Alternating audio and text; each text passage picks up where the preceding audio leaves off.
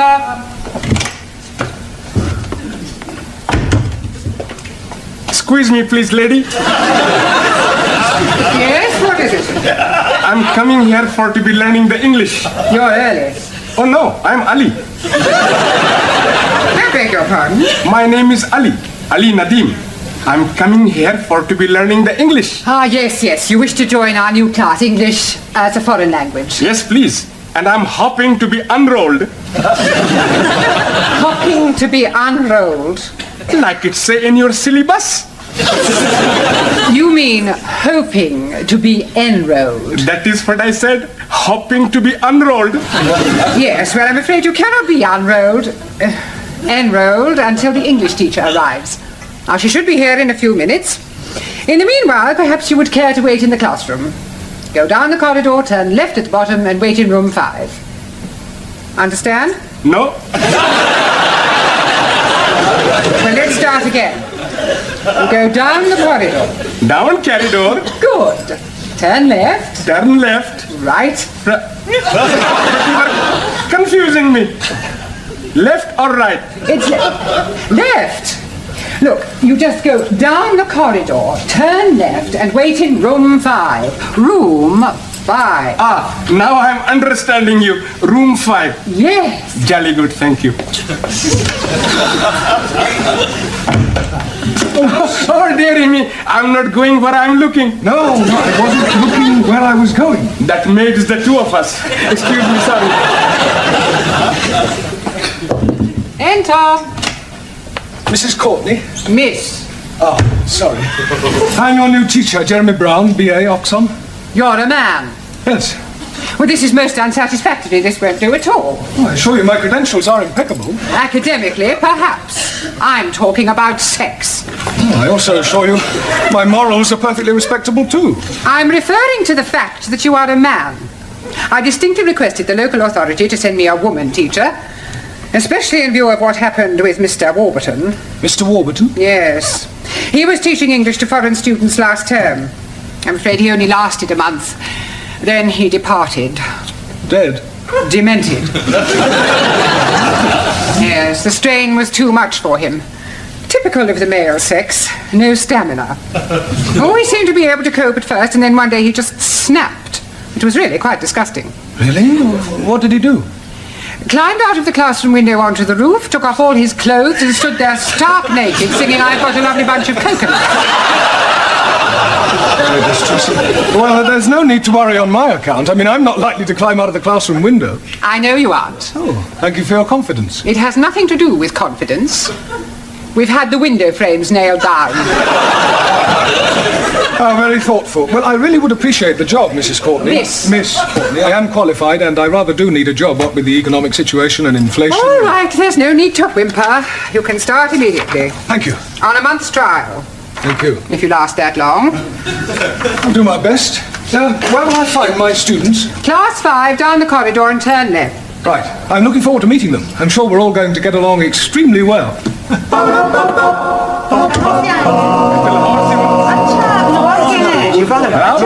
मैं शिमला की हूँ जी। Good evening. आपको कितने साल हुए यहाँ? Good evening to me. 4-5 साल हो गया।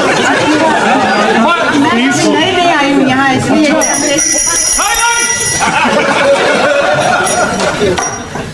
Well, I'm pleased to meet you all. We are also pleased to be meeting you. I am Brown. Oh no. You are committing a mistake. A mistake? Yes, please. You are not brown. We are brown. You are white. My name is Brown. I am your teacher. Ah, you professori! Yes. Please.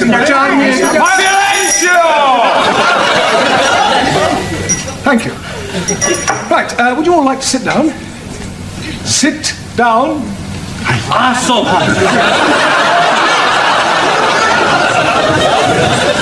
Right, I'll just take a note of all your names, nationalities, and occupations. Right? Por favor, señor. Yes? Es la primera vez que vengo. ¿Es esta la clase para aprender inglés? Well, I haven't the faintest idea what you're saying, but I'm sure you're not trying to find the needlework club. Por favor, It doesn't matter. Have a seat. por favor. Sit down. Ah, sí.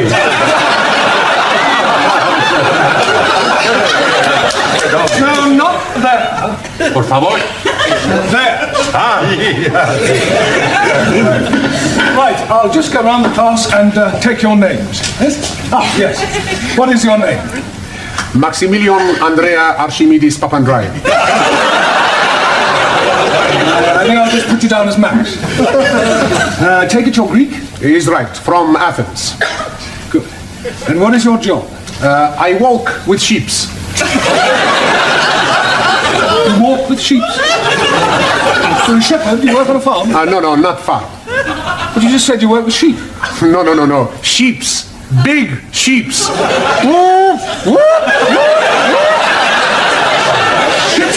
Yes, sheeps.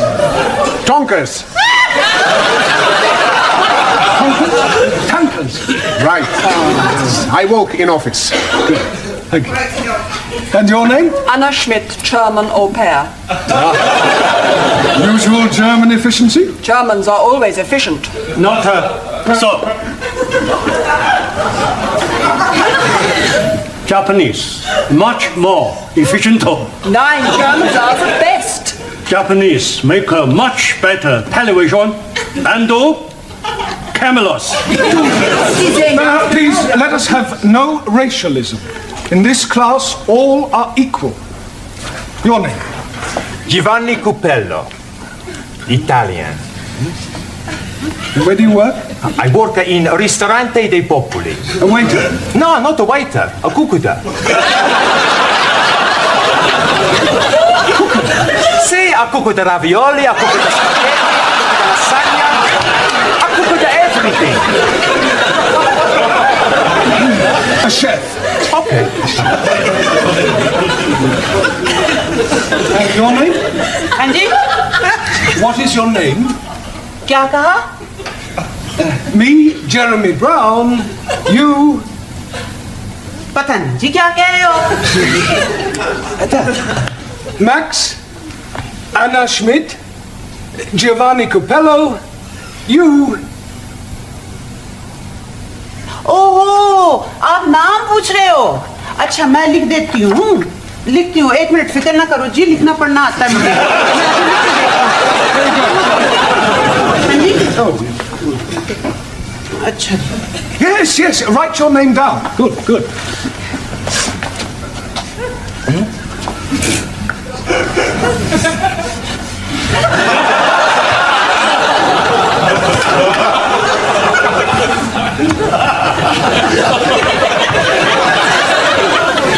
It's no good. I need your name in English.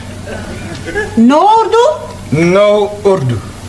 हाय तो मैं यहाँ काहे के लिए आई अंग्रेजी आती होती तो मैं सीखने आती अंग्रेजी कोई आपको क्या चाहिए अब मुझे पता नहीं कहाँ से लाऊं मैं पता नहीं क्या चाहिए आपको देखो जी कहीं लिखा हुआ होगा अंग्रेजी तो पता नहीं देखूं ये तो नहीं कहीं कागज जो आपको चाहिए Ah, certificate of registration. Jamila Ranja, housewife. Thank you. Good. And your name? I am Ali Nadim from Lahore. I am working at the moment, not anywhere at all.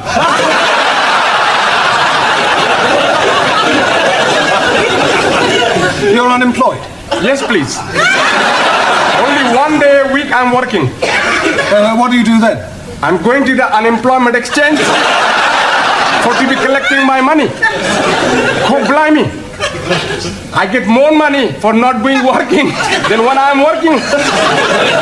Yes, but before you discovered this secret of eternal wealth, what did you do? Blimey, I worked at the Taj Mahal. In Delhi? Oh no, Patani. Taj Mahal Tandoori restaurant. Jallikut chapati and papadam. 1,000 apologies for my lateness. The omnibus was going backwards. I'm sure there must be a more logical explanation. It is the absolute truth. I was told to be taking a number 27 omnibus. And I complied. But it went in a backward direction. No, I think you meant it was going the other way. That is the gist of what I'm saying. 1,000 apologies. It's all right. Perhaps you'd like to sit next to Ali, your countryman. I cannot sit there. It's impossible. Why is it impossible? I'm sick. Oh, dear. I hope it's not contagious. Perhaps you ought to come back when you're better. I do not comprehend the gist of your conversation. Well, you said you were sick. No. I am not referring to my physical state of mind. My religion is sick. And he is Muslim. Islam is the only true faith. And Muslims follow a false prophet. How dare you be speaking ill of God's holy messenger, you damn fool? Sikhs are unbelievers and infidels. Sikhs are peace-loving people. And if you are not careful, I will have much pleasure in dispatching you to your holy messenger with this. I will not tolerate any religious intolerance. Now put that knife away. He called me an infidel. Well, you didn't mean it, did you? Most definitely. By the 5 rivers of Punjab to slice your throat from there to there. Oh, ear to ear. Here to there. Oh, there to here. Yes. There will be no throat slicing in my class. If you want to do that sort of thing, you should have joined the sports and pastimes. Put your knife away and be a good chap and go and sit down. How do you feel about Roman Catholics? Oh, I treat them like my brothers. Good. Well, you can go and sit next to Giovanni then. But please, infidel gentlemen, please. You're here to learn English, not start a holy war. And what is your name? Ranjeet Singh. And you're from which country? Punjab. And what is your job? I am a very important member of the British Underground. Underground what? Just the underground. Mind the door!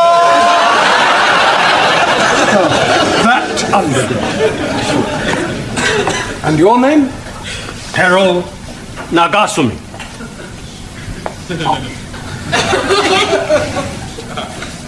My name Taro. Japanese. Representative of Bushido Electronics. Very good, very good. And finally, your name. Por favor. Your name. What is your name? Por favor. Nome. Ah, nombre, sí. Juan Cervantes para servirle, señor. No need to ask what nationality you are. Por favor. Spanish. Por favor. What is your job? Por favor. Trabajo. Ah, trabajo, sí. Trilaga. Tree lagger? What, you lag trees? One gin tonic, 2 whiskey coca, Trilaga. 3 lagers. Sí. Ah, you work in a bar? Sí, va. Well, Mr. Brown? Yes, thank you. Apart from one attempted murder and a possible race riot, I seem to be coping reasonably well. Well, what I really came to inform you about was the registration fees for the students. Now, it's £5 per head, and I should be grateful if you would collect the money and bring it to my office in your tea break. Right, I'll do that. Well, we have one thing to be grateful for anyway. Sex won't be rearing its ugly little head. Beg your pardon? Well, in my experience, it isn't race or religion that causes the problems. It's usually the presence of some foreign beauty. Jealousies, intrigues, all that sort of thing.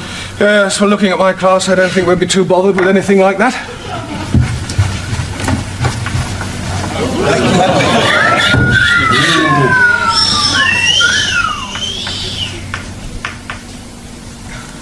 I come to learn English. Have I come to the right place? Enter. Mrs. Courtney. Miss. I've just brought the registration fees for the students. Ah, good. Now, how many students have you? 9. So there should be £45 in there. Well, that all depends upon the rate of exchange. I don't quite follow. Not all of them had £5 in English money, so I collected £29.50 in sterling, and the rest is made up of 2,000 yen, 3,000 lira, 250 pesetas, 75 drachma, 50 francs, and 12 Deutschmarks. According to this morning's financial papers, that should give us a profit of £1.42.5p. Then I suggest you take it to the bank in the morning and convert it to English currency. Right, I'll do that. Oh, by the way, how's the femme fatale? Ah, yes, Danielle. Well, at the moment she's in the tea room with Italy, Spain and Greece trying to establish diplomatic relations. Well, I hope she's not going to cause any bother. Oh, no, I'm sure she won't. Look, I'm not gonna sit here. No, it's me who's going to be sitting here. Before you were sit over there. And before you were sitting over there.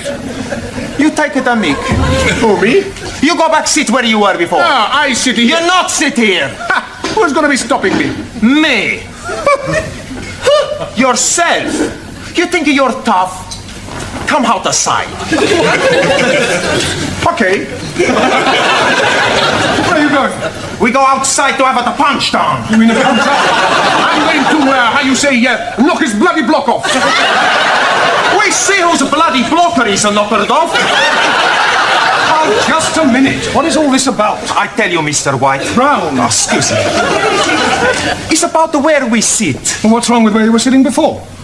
It's my eyes, Professori. I've got to sit near the front. Here. I see, and I suppose it's got nothing to do with the fact that Danielle is sitting here too? She is? I never noticed. You see, it's my eyes. I'm a little short-sighted. And also a much bigger liar. It's not true, Mr. Green. The name is Brown. You see, I'm a colorblind as well. And Max, I suppose you've got trouble with your eyes as well, have you? Oh, no. My eyes are okay. It's my ears. I'm not hearing very well. That's a likely story. What you say? I say you both go back and sit where you were sitting before. Now. Santa Maria.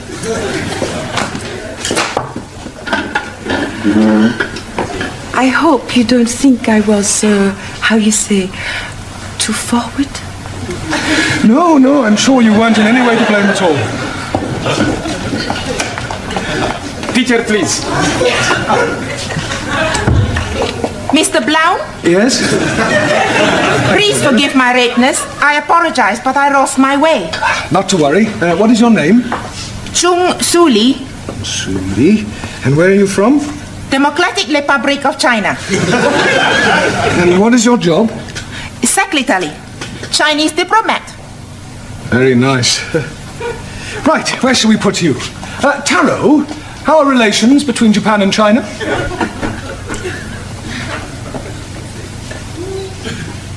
Depends on a political viewpoint. Japan, right wing. China, left wing. I see. Are you right-wingo or left-wingo? Right or left? I follow teaching of Chairman Mao. Well, in that case, you better sit next to Jamila, the Indian lady, all right? Thank you. Right, now we will start by learning a few basic English verbs. And firstly, we will take the verb to be. I am English. You are Chinese. He is Italian. She is French. He is barbarian. You are asking for a kick up your big brown backside. Now look. Pay attention, please. I am. You are. He, she, or it is. He or it is. We are. You are. They are. All right. I shall now go round the class and ask you each to give me a sentence using the verb to be. Taro, I am. So.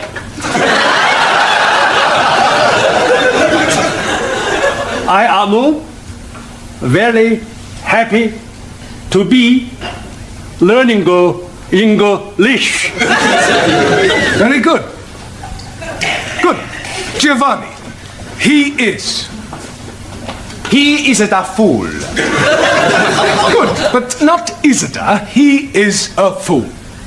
Yes, he is a fool. Max, she is. She is beautiful. She is wonderful. She is. Yes, thank you, Max. Juan, it is.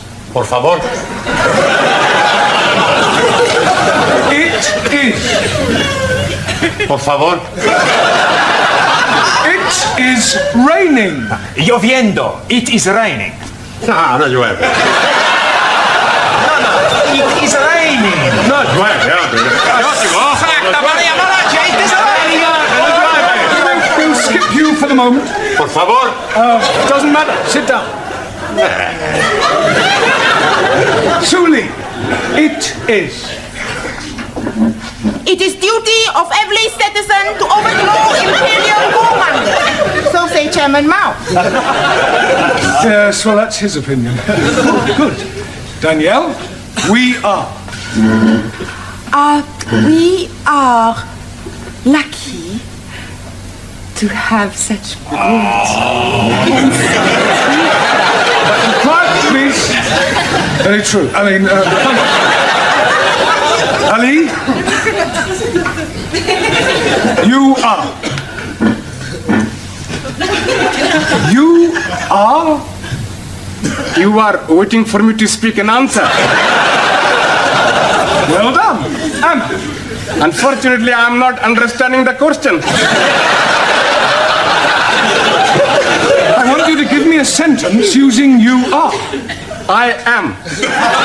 No, not I am. You are. For example, you are from Pakistan. I am from Pakistan. Good, yes, but now use you are. But I cannot say you are from Pakistan because you are not, are you? Repeat after me. You are English. No, I am from Pakistan. What am I? You are confusing me. You are stupid poof. Don't you call me a book?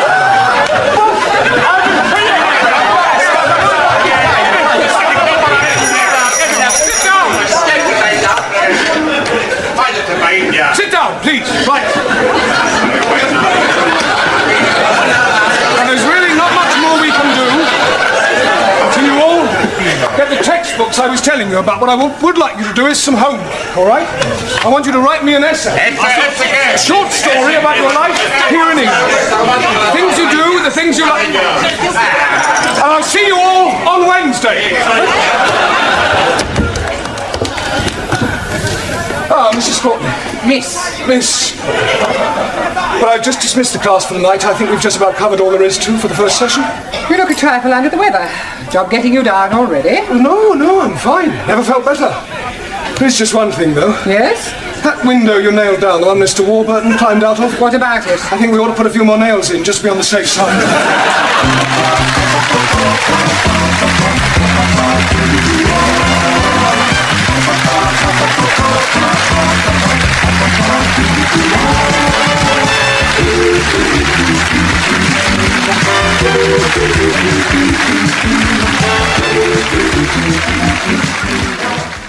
Cool, I said into the phone, my voice steady. Then I added one sentence. Then everything will be cancelled. There was a pause. The kind that tells you someone finally realized they went too far. My name is Olivia. I'm 28 years old. And Christmas has always been my responsibility. Not the smiling photos, not the praise, the planning, the fixing. The quiet work that made my mother look perfect. So when she told me I wasn't needed this year, not invited, not welcome, something shifted. I didn't argue. I didn't beg. I stopped protecting her holiday. And that was the moment her perfect Christmas began to fall apart. Before we go on, tell me where you're listening from right now. A quiet kitchen, a parked car, or a room you finally have to yourself. This is Echoes of Life. And you're not alone here. I didn't choose to become the one who handled Christmas. It was handed to me, piece by piece, year after year. At first, it sounded small. Can you send the group message? Can you pick up grandma? Can you cover the groceries and we'll settle later? Later never came. By my early 20s, December stopped feeling like a holiday. It felt like a deadline. I tracked guest lists on my phone, budgets in my notes app. Who needed rides? Who didn't get along? Who would complain no matter what? My mother loved to say, I couldn't do this without you. But she never meant beside her. She meant behind her. When something went wrong, she called me in a panic. When it went right, she stepped forward smiling. People praised her cooking, her warmth, Her perfect family traditions. No one saw me leaving work early to shop. Staying up past midnight fixing plans she forgot she approved. Paying deposits because my card was already saved. Ryan, my brother, showed up with jokes and an empty trunk. Everyone laughed. I showed up with lists and receipts. Everyone expected it. I paid for candles, decorations, extra food just in case. When I asked to be paid back, my mom sighed like I'd disappointed her. Why are you making it about money? This is family. So I stopped asking. I told myself this was what being dependable looked like. That this was love. That I mattered because things fell apart without me. But slowly I noticed something. I wasn't included in decisions. I was informed after. I wasn't thanked. I was relied on. And when my mother finally said, "No one needs you this Christmas," it didn't come out of nowhere. It confirmed what I'd been afraid to admit. I wasn't her daughter in December. I was her unpaid labor. And once you see that clearly, you can't unsee it. The week before Christmas, the house always changed. Not louder, not happier, heavier. I could feel it in my body before I understood it in words. Most nights, I stood in the kitchen scrolling through emails. Work reminders, schedule changes. A message from my boss thanking me for staying late again. In the living room, my mom talked about centerpieces, about lighting, about how the table had to look effortless. Effortless for her meant invisible for me. She'd call out without turning around. "Did you remind Aunt Claire about the allergy thing? Can you grab more napkins tomorrow? We might need extra chairs, just in case." Just in case always meant me. My phone buzzed constantly. Cousins asking what time to arrive. Uncles asking what to bring. Grandma asking if someone was picking her up. They didn't ask my mom. They asked me. At work, I ate lunch at my desk. At home, I stood while everyone else sat. My body learned how to be tired without complaining. Ryan drifted in and out. He joked. He teased me about being intense. My mom laughed and said, she likes being in control. That wasn't control. That was survival. I noticed small things I couldn't ignore anymore. My name missing from group photos. Decisions already made when I walked into the room. Plans announced like I was staff being briefed. When I tried to step back even slightly, the tone changed. "You okay? You're being weird. Don't start something now." So I stopped reacting. I told myself it was temporary. That after Christmas I'd rest. That this was just the season. But then came the phone call. My mom's voice was calm, almost kind. "No one needs you to come this year." And suddenly, everything lined up. The exhaustion. The resentment I'd been swallowing. The way my role only existed when it was useful. I realized something sitting alone in my kitchen that night. They didn't notice how much I did because my doing made their lives comfortable. And comfort makes people careless. I had spent years protecting the holiday. The image. The peace. And in doing that, I'd erased myself. That night I didn't cry. I opened my notes app and started listing everything I handled. Not to prove a point, but to see the truth written down. Because once you document what you carry, you start asking why you're the only one lifting it. If this were your family, what would you do? Comment 1 if you'd stay quiet to keep the peace. Comment 2 if you'd finally stop carrying what was never yours alone. The call came 3 days later. Not a text, not a message in the group chat, a direct call. My mom didn't sound angry. She sounded efficient. "Olivia," she said, "we've been talking. That was never good. We think it's best if this year is smaller, less complicated, less stress." I waited. She cleared her throat. "So you don't need to come. Not can you skip? Not we'll miss you. You don't need to come." For a moment, my mind went completely quiet. Then she added gently, "We've already booked everything. It wouldn't be fair to cancel now." Fair. The word landed wrong. "So Ryan's going," I said. "Yes," she replied quickly. "He really needs this break." I didn't argue. I didn't ask questions. I just listened as she explained logistics that no longer included me.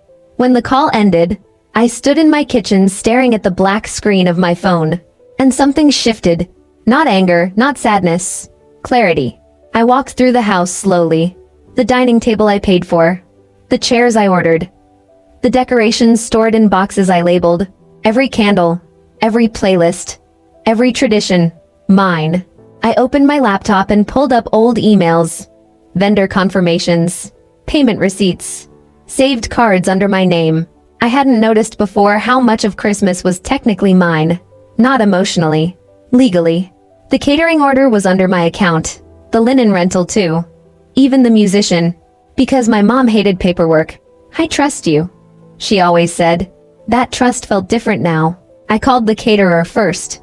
Hi, I said calmly. I need to cancel an order scheduled for the 25th. No explanation required. Then the rental company. Then the florist. Each cancellation was quiet. Professional. No drama, no revenge speech. Just consequences. That evening, I opened the family group chat. I didn't write much. Just this. Hey everyone. Plans changed this year. I'll be hosting a small Christmas at my place instead. Totally understand if you already have other plans. I hit send. Then I sat back and waited. Replies came faster than I expected. Oh, thank God. We were only coming because of you. A smaller thing sounds nice. My phone buzzed again. A missed call from my mom. Then another. For the first time, I didn't rush to fix it, because the truth had finally caught up. And once it does, there's no pretending it was an accident. That was the moment I stopped protecting her perfect holiday and started protecting myself. The fallout didn't explode. It spread, slowly, quietly, like cold seeping through thin walls. My phone kept buzzing. Cousins asking questions. Aunts double-checking plans. Uncles confused about locations. No one yelled. That was the worst part. Mom called again that night. I didn't answer. Ryan texted instead. What did you do? Mom is freaking out. She says you're sabotaging Christmas. I stared at the screen. Then I replied once. I'm not sabotaging anything. I just stopped doing it. No response. The next morning, Mom showed up in person. No warning. No apology. She stood in my doorway, arms crossed, eyes sharp.